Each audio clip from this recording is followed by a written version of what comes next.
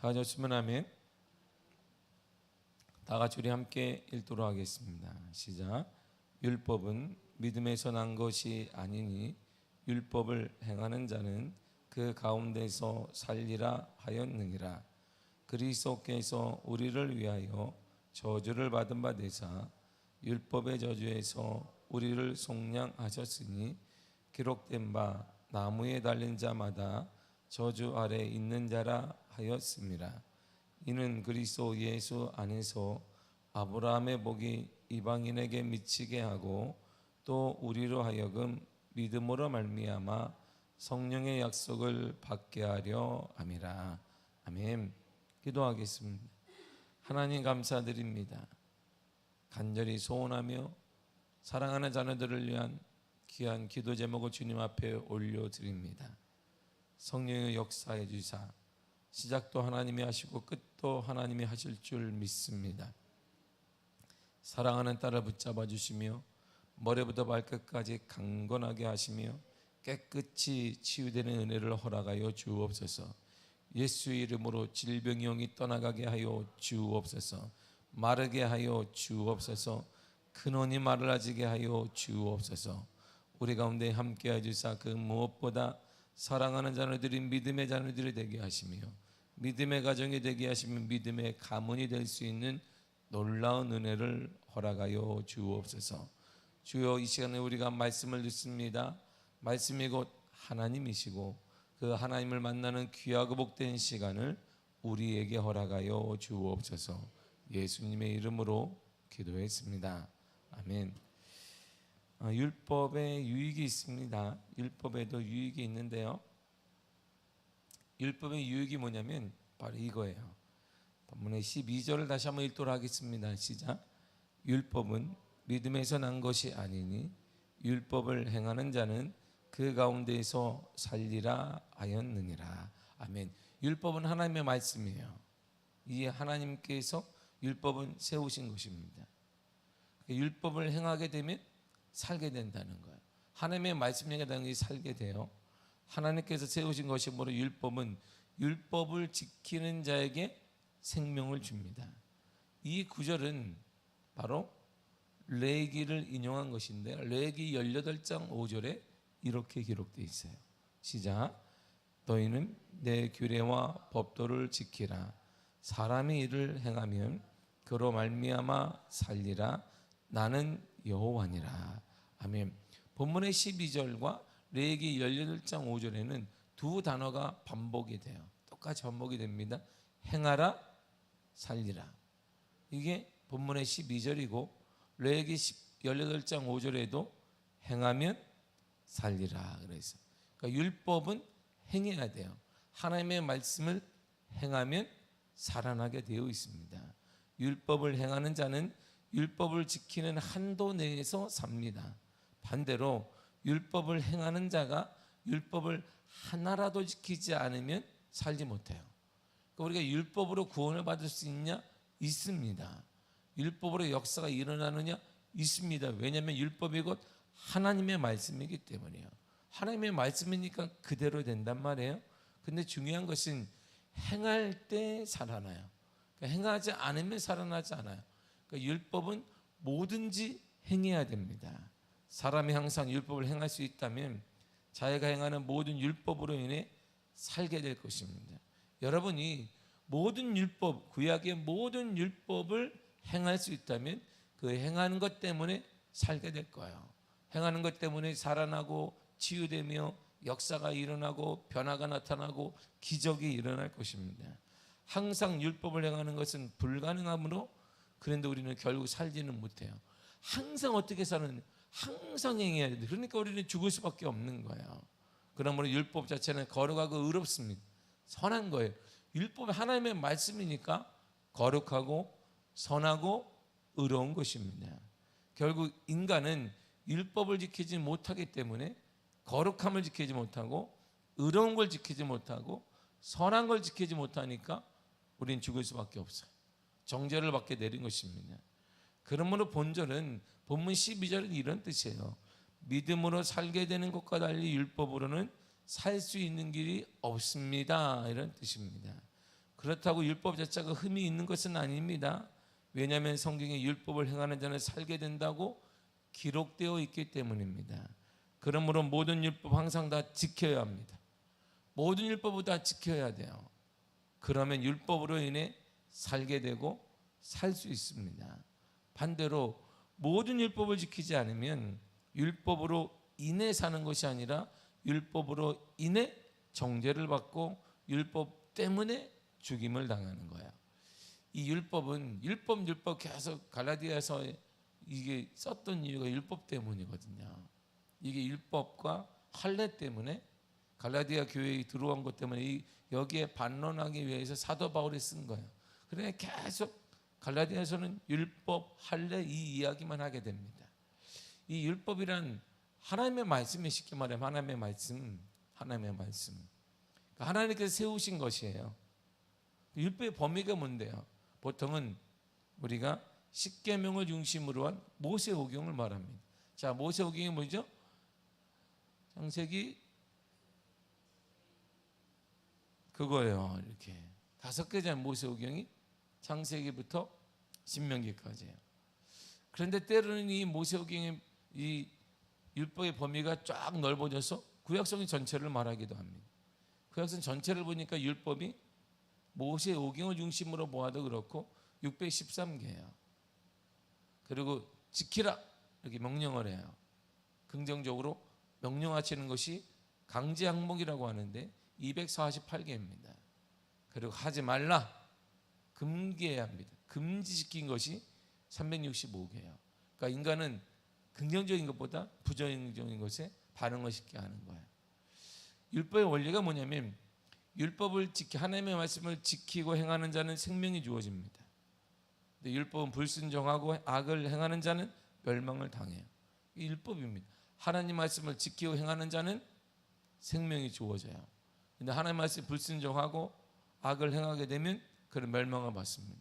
에스겔 18장 18절 19절을 다 같이 읽도록 하겠습니다. 시작.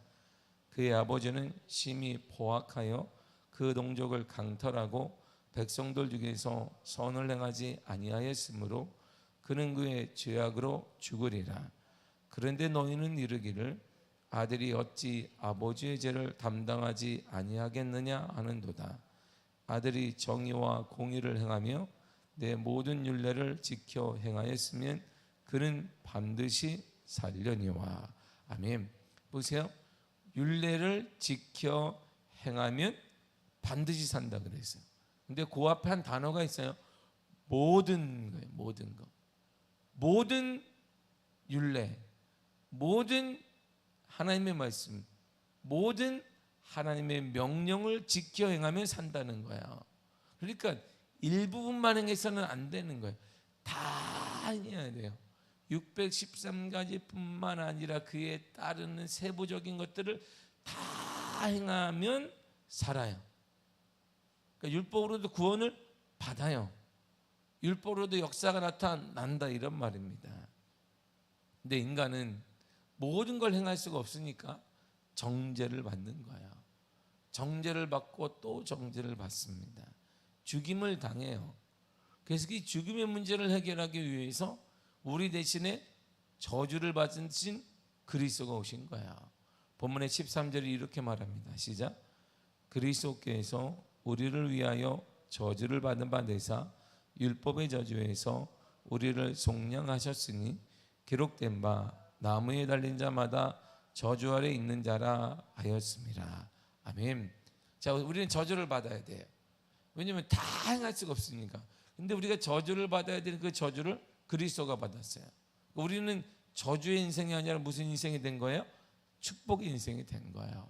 누구 때문에? 우리는 죽을 인생이 아니라 살아나는 인생이 된 거예요. 우리는 망할 인생이 아니라 흥할 인생이 된 거예요. 우리는 막히는 인생이 아니라 뚫리는 인생이 됐단 말입니다. 무엇 때문에? 그리스도께서 우리 대신에 저주를 받았단 말이에요. 안 되는 것, 질병, 가난, 이 모든 것들을 주님의 대신 지셨다 이런 말입니다. 그러므로 우리는 자유하게 된 거예요. 질병으로부터 자유하게 된 것이고 가난으로부터 자유하게 된 것이고 그 문제로부터 자유하게 되었다 이런 말이에요. 이것이 뭐냐? 복음이에요. 복음. 그래서 복음은 유앙겔리온에서 좋은 기쁜 소식이 된 것입니다. 예전 우리 기쁜 소식이 없어요. 하나님의 말씀을 생각하면 우리는 죽었구나. 나는 그만한 능력이 없구나. 안 되는 걸 했는데 이제 안 되는 한계를 주님이 아시고 그리스도께서 대신 우리 죄를 위해서 내가 안 되고 지치고 넘어지고 쓰러지고 그런 인생이었던 그 자리를 대신했단 말입니다. 그래서 우리는 자유함을 누리게 된 거예요. 그리스도께서 율법의 저주를 받으셨습니다. 율법은 율법을 행하지 않는 자를 하나님께 고소하고 정죄합니다. 마침내 사망 선고를 받게 합니다. 그러면 모든 인간은 아담 안에서 함께 정죄받았을 뿐 아니라 율법을 항상 행할 수도 없습니다. 그래서 율법의 정죄를 받는 것이 인간에게는 정해진 운명과 같아요. 그러나 그 율법의 저주에서 우리가 살아갈 길을 그리스도께서 주신 거예요. 그 길은 인간을 대신해서 저와 여러분을 대신해서 율법의 저주를 그리스도께서 받으신 것입니다. 그래서 우리는 살아나는 인생이 된 거예요. 그래서 우리는 살아나게 될 것입니다. 그래서 우리는 일어나게 될 것입니다. 그래서 우리는 회복될 것입니다. 그래서 우리는 치유될 것입니다. 그래서 우리는 부흥될 것입니다. 할렐루야. 당연한 이거예요. 당연한 거예요. 그래서 성경이 저와 여러분들에게 이렇게 말씀하신 거예요.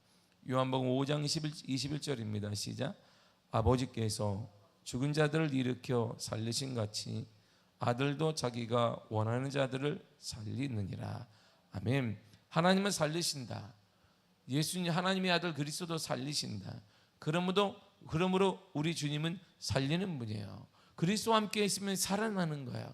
그리스도와 함께하는 가정은 살아나게 되어 있는 것입니다. 그리스도와 함께하는 우리 가정은 살아나요. 그리스도와 함께하는 간절한 교회는 살아납니다. 그래서 그 무엇보다 교회에는 물질 필요하죠. 교회에는 그 어떤 거 필요합니다. 프로그램 필요하죠.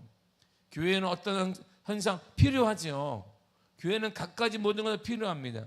근데 교회의 가장 중요한 오늘날 교회가 잃어버린 게 뭐냐면 그리스도인들이 잃어버린 놀라운 것 중에 하나가 그리스도를 잃어버렸어요.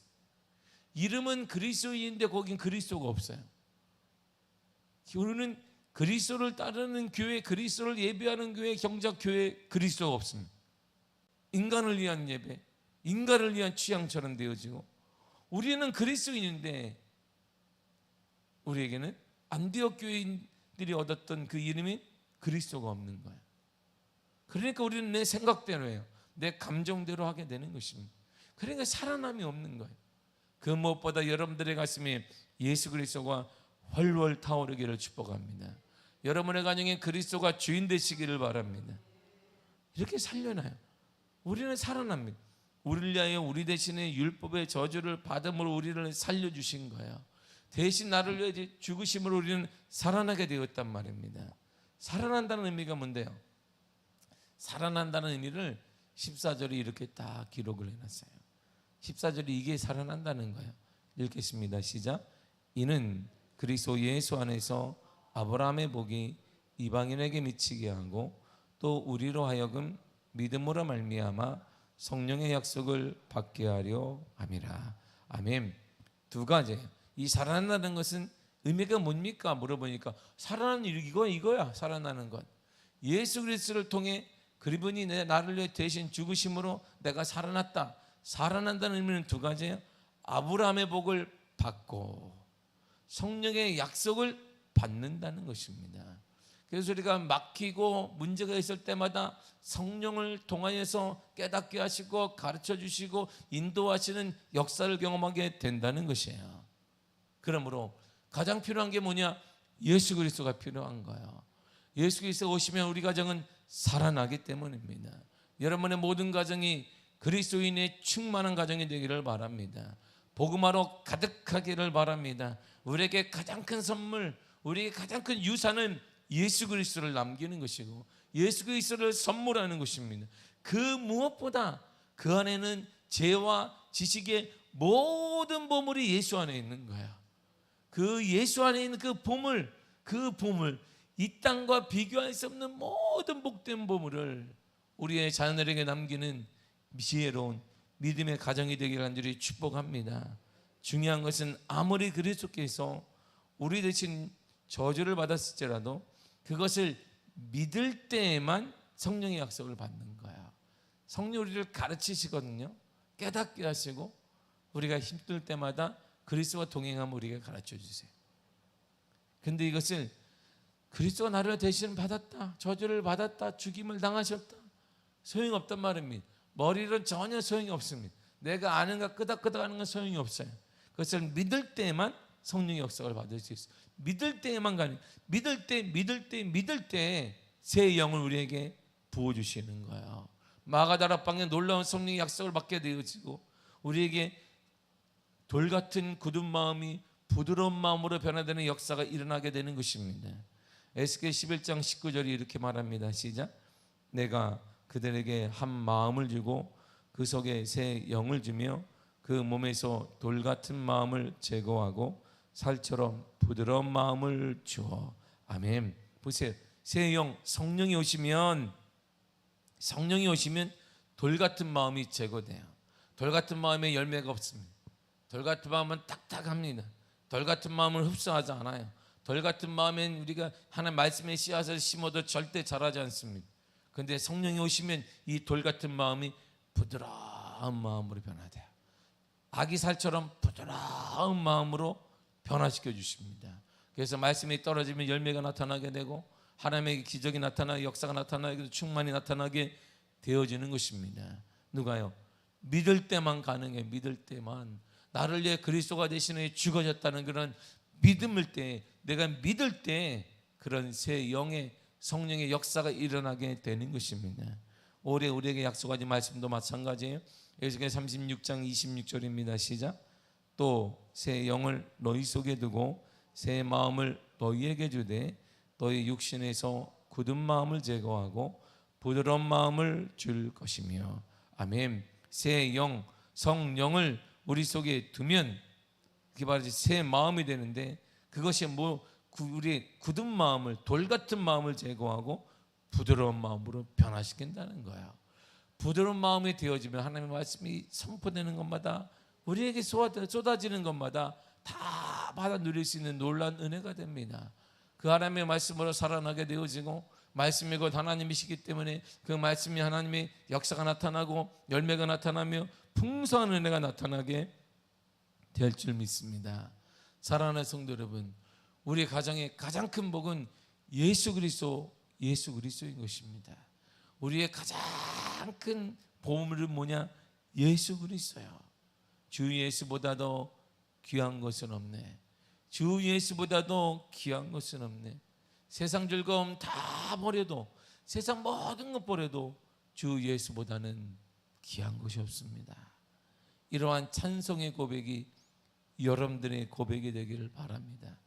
세상 가장 귀한 예수 그리스도가 우리 가정의 주인이 되어지고 우리 자녀의 삶의 주인이 되어져서 그분이 우리 자녀의 앞날을 인도하고 우리 가정의 앞날을 인도하며 우리가 희망 없는 것 같은 우리 교회의 미래를 인도하는 복된 역사가 임하게 될 줄 믿습니다. 우리 미아교회는 예수 그리스도를 통해 주님 오시는 그날까지, 재림하시는 그날까지 예배드리며 부흥하며 충만한 교회가 될 것입니다. 여러분의 가정도 그렇게 될 줄 믿습니다. 믿음으로 기도해야 합니다. 그것보다 가장 가치 있고 소망이 있으며 가장 큰 그 복은 없는 것입니다. 예수 그리스도의 은혜가, 예수 그리스도의 살아계심, 오직 세상에 그 비교할 수 없는 예수 그리스도가 그대로 자녀들에게 전수되어주는 믿음의 가문, 믿음의 가정이 되기를 간절히 축복합니다. 그러할 때 성령의 놀라운 은혜가 여러분들의 삶을 통해 나타나 드러나 증거될 줄 믿습니다. 아브라함의 복이, 성령의 약속이 여러분들의 삶에 그리스도가 되신 저주를 받으심으로 보여지고 나타나는 복된 은혜가 되기를 간절히 축복합니다. 기도하겠습니다. 하나님 감사드립니다.